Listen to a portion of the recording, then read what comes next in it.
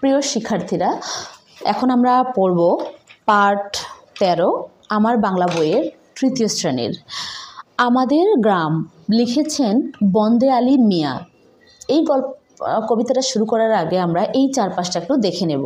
দেখো, পাশে প্রথমত একটি নদী দেখতে পাচ্ছি আমরা, নদীতে নৌকা মাঝি সহ দেখতে পাচ্ছি, এখানে একটি মাঠ দেখতে পাচ্ছি, নদীর ওই পারে সমভাবে একটি চর বা মাঠ দেখতে পাচ্ছি, তালগাছ, গ্রাম, চাষিদেরকে দেখা যাচ্ছে, এখানেও গ্রাম দেখা যাচ্ছে, গায়ের বধূ দেখা যাচ্ছে, কাশফুল দেখা যাচ্ছে এবং ছেলে মেয়ে দেখা যাচ্ছে এবং এখানে কিছু ফুল দেখতে পাচ্ছি আমরা।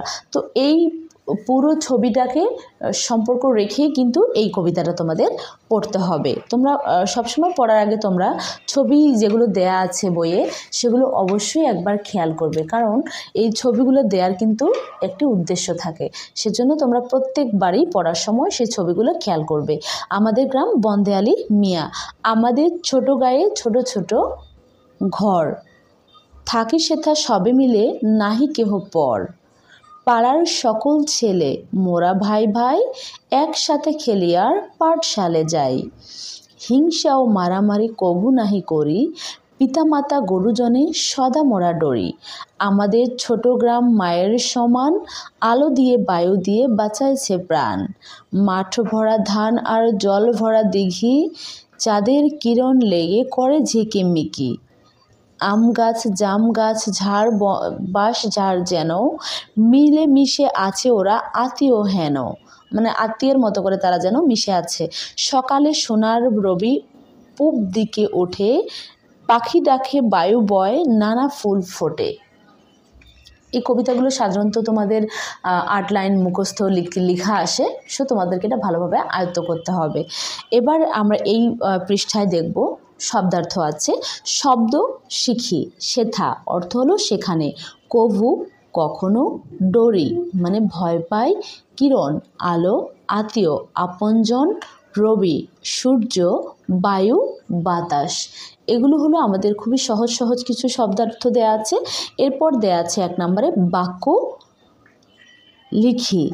এই যে শব্দগুলোকে দেয়া আছে এই শব্দগুলো ব্যবহার করে আমাদেরকে এখানে বাক্য লিখতে হবে। তো যেন ভিডিওটা ছোট হয় এজন্য আমি অনেক আগেই লিখে রেখেছি। পাঠশালা দিয়ে আমরা যে বাক্যটি করতে পারি, আমি পাঠশালায় যাই। গুরুজন, আমি গুরুজনের শ্রদ্ধা করি। দিঘি, বাড়ির পাশে একটি দিঘি আছে। মিলেমিশে, আমরা মিলেমিশে থাকি। বাঁশঝাড়, বাঁশঝাড়ে পাখিরা বাসা বাঁধে। জরুরি না যে আমি যেভাবে লিখেছি তোমাদের সেভাবে লিখতে হবে, তোমরা তোমাদের মতো করে লিখতে পারবে এবং বাক্য গঠন সবসময় নিজের মতো করেই লেখা উচিত।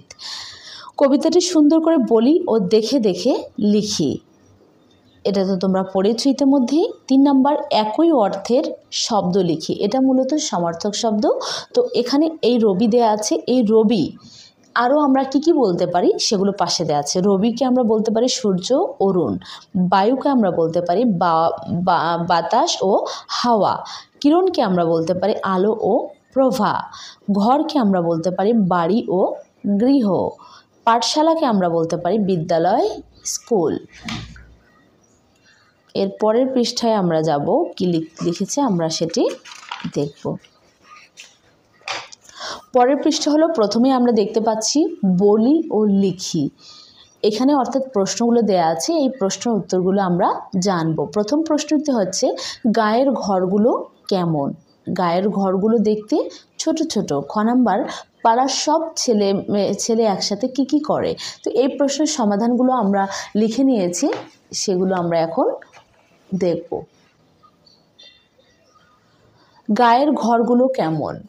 গায়ের ঘরগুলো ছোট ছোট। খ নাম্বার পাড়ার সব ছেলে একসাথে কি করে। পাড়ার সব ছেলে একসাথে খেলে আর পাঠশালায় যায়। গ নাম্বার জল ভরা দিঘি ঝিকিমিকি করে কেন। চাঁদের কিরণ লেগে জল ভরা দিঘি ঝিকিমিকি করে। আত্মীয়ের মতো মিলেমিশে কারা আছে। আম গাছ, জাম গাছ, বাঁশঝাড় আত্মীয়ের মতো মিলেমিশে আছে। এটি আমাদের প্রশ্নের উত্তর এবং পরবর্তীতে আরও 2টি পাঠ আছে আমাদের এখানে। 5 নাম্বার হলো সঠিক উত্তর বাছাই করে বলি ও লিখি। কবি গ্রামকে তুলনা করেছেন মায়ের সাথে, বাবার সাথে, বোনের সাথে, ভাইয়ের সাথে। তো আমরা তো পড়েছি ওখানে আমাদের ছোট গ্রাম মায়ের সমান, তো মায়ের সাথে এটি তুলনা করেছেন। কখনো করব না কোনটা? খেলাধুলা, পড়াশোনা, শ্রদ্ধা, সম্মান, হিংসা ও মারামারি, আদর ও স্নেহ। হিংসা ও মারামারি আমরা কখনো করব না। সোনার রবি ওঠে কোন দিকে? পূব দিকে, পশ্চিম দিকে, উত্তর দিকে নাকি দক্ষিণ দিকে? এটি হবে পূব দিকে। গ্রাম সম্পর্কে বলি ও লিখি। এখানে গ্রাম সম্পর্কে তোমাদের জাস্ট এটি নিজের মতো করেই লিখবে। আমি এখানে একটি সাজিয়ে দিয়েছি, চাইলে তোমরা সেটিও লিখতে পারো। গ্রামের ঘরগুলো ছোট ছোট। গ্রামে অনেক গাছপালা আছে, গাছে পাখিরা বাসা বাঁধে, ছাত্রছাত্রীরা একসাথে মিলেমিশে যায়, সবাই মিলেমিশে থাকে। এরই মধ্য দিয়ে আমাদের পার্ট 13টা শেষ হলো। সবাই ভালো থাকবে, সুস্থ থাকবে। ধন্যবাদ।